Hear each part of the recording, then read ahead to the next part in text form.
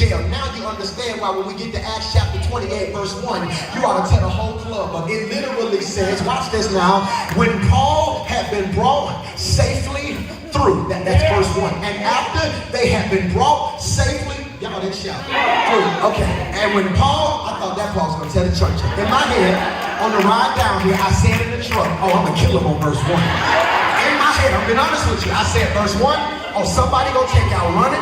Because when Paul had, you didn't shout over his Acts 28, 1, because you don't know his Acts 27. And ain't that just like the people in your life who don't shout over your 2020 because they have a clue about your 2019? So I said Acts chapter 27, fast forward, rewind brother, Acts chapter 27, Paul is a prisoner on the boat. You know about the storm preacher. He's on a boat and he looks at the captain and says, I perceive it is not wise for us to sail at this time. Captain says, you're a prisoner, what you know? They get on the boat, then a storm breaks loose. Water starts beating up on the boat. They start throwing stuff off the boat. While the storm is breaking loose, an angel creeps on the boat and walks up on Paul and says, Paul, I know you in a storm, but stop tripping, because you got to stand trial before Caesar. Paul then looks at the captain and says, stop tripping. We ain't going to die. We going to make it through the storm. Here's my problem with that text. Because after Paul told them we were going to make it, the boat began to break.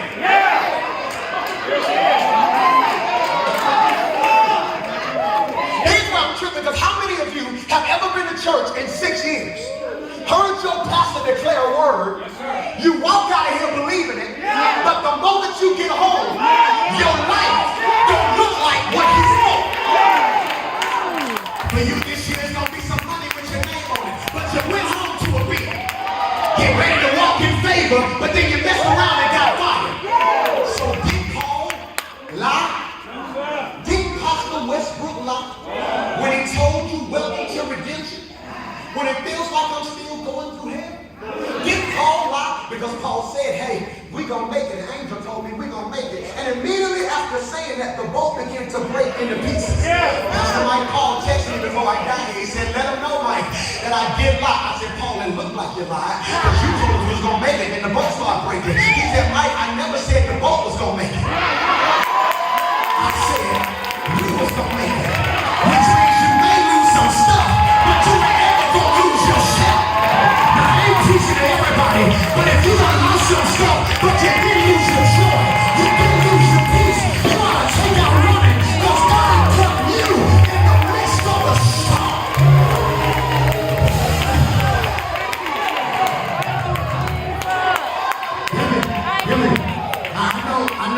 I know you can't be real in church.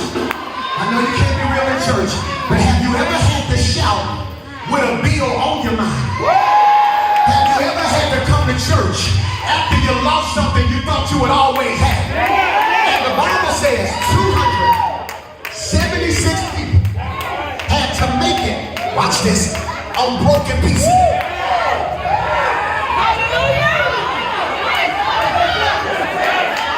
Y'all laughing at me.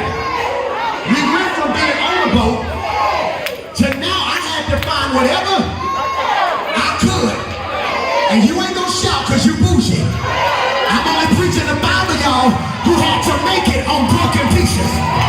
You had to have it and you didn't have everything you need, but you knew how to take the little bit you had.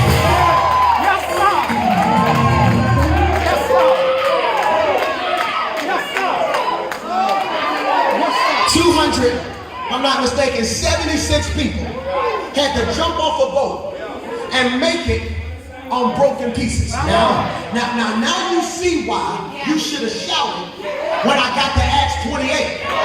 Because verse 1 says, and when they had been brought safely through. Okay, look at me, be quiet, look at me. Most people shout on the primary miracle, not the secondary miracle. Okay, look at me, man of God. To every miracle, there's a miracle in the miracle that most people miss because they're so happy, shout over what he did, they don't realize what they missed. Make that make sense, PMJ. Make that make sense. All right, here it is, here it is, here it is, here it is, here it is, here it is, here it is. In the book of Genesis, yes, sir. God created the heavens and the earth, flying things, crawling things. He separated night from day. Right? Birds, beasts of the field, fish of the sea. You'll see it again. Jonah gets in a storm and has a fish encounter. Yes, sir. Jesus sees his disciples on the boat and they have a fish encounter. Yeah. You so excited that he may let you make it to shore. You don't even realize what he kept from you in the water. I don't think you caught what I said. Hear me. Because it wasn't enough that I made it. But I wonder what was swimming around me that made me the definition that he'll place a hedge of protection. And when they have been brought safely through. Now, look at your neighbor, say neighbor. You prophesied your own breakthrough. Because you told them that you needed prayer because you was going through. You never said you was going to stay. You said you was going through. Which meant whether you knew it or not, you knew your hell was just temporary. I came to make an announcement that whatever it is you're going through, God sent me here to tell you it's just temporary. And when they have been brought safely through, we discovered that the island was called Malta. The natives showed us extraordinary kindness because of the rain. They kindled a sticks and fire and received us all. Now redemption here is where it's critical because the scripture says the natives. It never tells me who's in charge. It never tells me who's the leader. It says the natives. It never tells me who's the point person. It said without a title, folk got together and start doing ministry. That's critical. If you need a title to love people, you are wicked. If you need a position, if you can't sing without a microphone, I don't want you on my stage. If you can't usher without a good job, I don't want you in my stage. Why? Because if the motivation behind what you do is recognition, you are doing it not for God, you are... Y'all ain't got to like me, I'll be at home tomorrow, forget y'all. But I came to let you know, it says the natives. Show them love. It doesn't say the chief came together and said, y'all go greet them. Now keep in mind, they fresh out the water, right? Fresh out the water, seaweed is probably on them. They soak in wet, they smell. The Bible does not tell me how many days they were in the water. If it does, I haven't read that part yet. I'll come back next year and fix it. But hear me when I say this, they drenched in water, soaking wet. And that may be why that may be why churches aren't growing. Because when people walk in looking like a storm, when people walk in looking like a storm, when people walk in looking like a storm, we treat them like storm victims. Oh, look at him. Oh my God, look at what she got on. Looking like what you used to look like. Don't get it twisted. It was Michael Eric Dyson. It was Michael Eric Dyson who said many of us are trapped in anesthetizing conformity. Anesthetizing conformity. Anesthetizing anesthesia. It puts you to sleep. You so busy trying to fit in, you forgot God called you to break out. Preach, Mike. You so busy trying to look like folk God called you to deliver that you don't even realize you're making superstars out of people who need your anointing. I'm in the wrong church.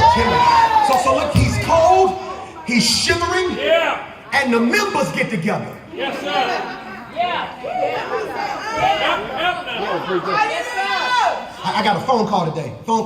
Pastor, you the best pastor in the world. I said, thank you. And you're the best pastor in the world. Oh my God, you the best pastor in the world. I said, what I do? They said, for all the stuff you did at my mama's funeral, that just meant the world to me. Now I'm on the other end of the phone like, what did I do for her mama's funeral? All right. I start texting my staff, hey y'all, did I do something at somebody's mama's funeral yesterday? They said, Pastor, James Fortune is my worship director. He said, Pastor, one of the praise team members' mother died. So after Saturday service, we got together. We went to the funeral, fed them at repast, and stayed there and loved on them, did so-and-so, so-and-so. Then we had another funeral at the West Campus, and we went there and we made sure everybody knew you loved them. We gave gift cards, yada, yada. And I almost got myself, who approved that? Who went into our account and got some gift cards without my permission? Then I looked at the next text that said, Pastor, that meant the world to me. And I said, thank God that the natives. Because if they got to wait on me to give an order, I might as well do it myself. Now, I am not pushing you to be a renegade. I am pushing you to have his heart. Because when you have his heart, you will start doing stuff that was on his mind before it came out his mouth. Watch this. So the natives said, we're going to build him a fire. But here's where it gets sticky, because Paul, the next verse says, Paul gathered a bundle of sticks and laid them on the fire. Now, you have to understand, whenever you see elements, there are euphemism or metaphor for something deeper. Water is a euphemism for the Holy Spirit, for baptism. Water is a euphemism for the Holy Spirit, baptizing. When you see water, that means something is about to be birthed. When you see water, it means the Holy Spirit is about to move. Baptism, renewal. Think about it, every sister in here. You was pregnant for a long time, and I don't care how long you was pregnant. Wasn't none shifting to the water broke. Preach, PMJ. And when the water broke, everything around you start expecting something. I'll leave that alone. Which is why you got to be careful. People in your life have assessed your tears in the wrong season. They thought you was crying because you was weak. I'm not crying because I'm weak. You realize tears are the proof that water. And that's a whole nother message. Water is euphemism, metaphor for baptism, Holy Spirit. Wind is the representation of the ruah, or the breath of God. The wind is the ruah, or the breath of God, and he breathed on me. It's the ruah, or the breath of God. Fire is synonymous with praise. All right? Y'all don't like me. Fire is synonymous with praise. Okay? Excuse me. Jeremiah said, Jeremiah said, ain't preaching them. Ain't gonna sing them. I don't care what they ask me to do in that church. But it's like fire. Shut up in my bones. All right, you still don't believe me? Shadrach, Meshach, and Abednego. They hear everybody gathering outside. What we doing? Hey, we found a new way to worship. Whenever they blow the horn, we got to bow down and praise them the way they tell us to praise them. Shadrach, Meshach, and Abednego said, no, I don't get down like that. They hear the music. The man said, I tell you what, I'm going to give you one more time to praise like I tell you. To worship like I tell you and what I tell you, or I'm going to throw you in the fire. Shadrach, Meshach, and Abednego said something that the average church member don't even say no more because you're clouded in doubt. They say, even if he don't, God is able. Y'all too bougie in Memphis for me. But look down your row and shout, I've learned how to shout on a maybe. I can praise God on a maybe. Well, I'm not even sure he gonna do it, but I know God is able to do exceeding. They throw them in the fire, but Nebuchadnezzar looks into the furnace and he says, I'm tripping. Didn't I? Yeah, we throw 3, but it looks like I see 4, and the 4th. Now, Bishop, I got a problem. Why do I have a problem? Because Jesus is prophesied in Isaiah. He doesn't show up till Matthew, but he makes a guest appearance in Daniel. I'm wrong. Jesus is prophesied in Isaiah, makes a guest appearance in Daniel, but ain't born till Matthew, which is indicative of the fact when you stand for him, he will show up early to get you out of what the devil tried to put you in. Now, if you're comfortable in your mess, you can sit there and be quiet. But if you need God to do something right now, 60 seconds to praise God like God can show up.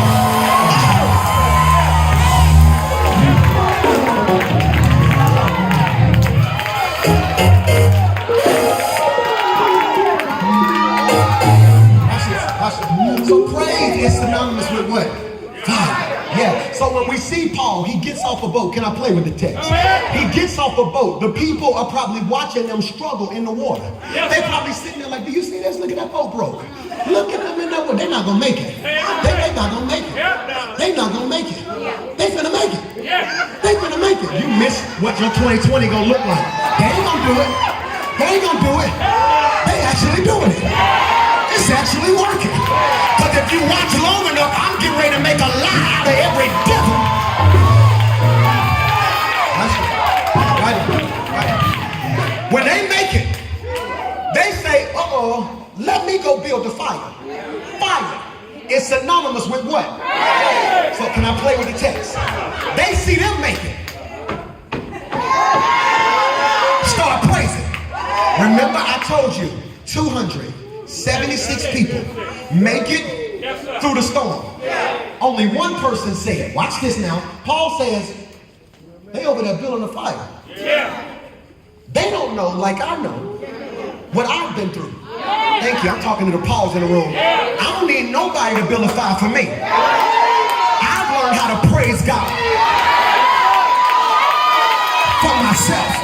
See, some of y'all need a praise partner because you ain't got enough praise. I'm looking for 3 of y'all who's a one-man praise team. That I don't need no music, I don't need no prep partner. When I think of the goodness of Jesus.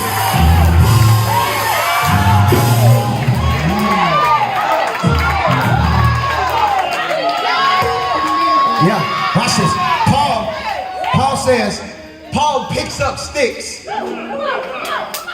and lays them on the fire. You got a drumstick I can borrow? You got a drumstick? Yeah, let me get that from the plate. He picks up, can I get another? Can I get another? Thank you so much. Picks up some sticks and lays them on the fire.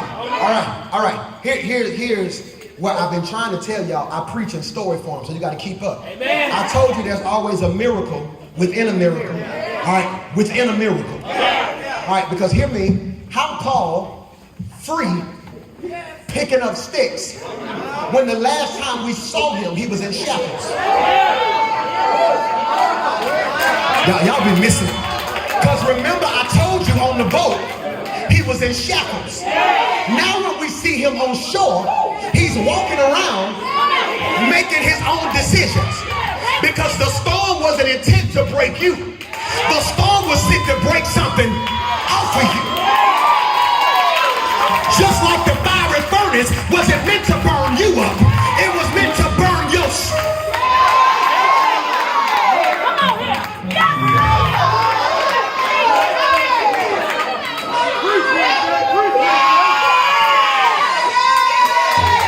Hear me.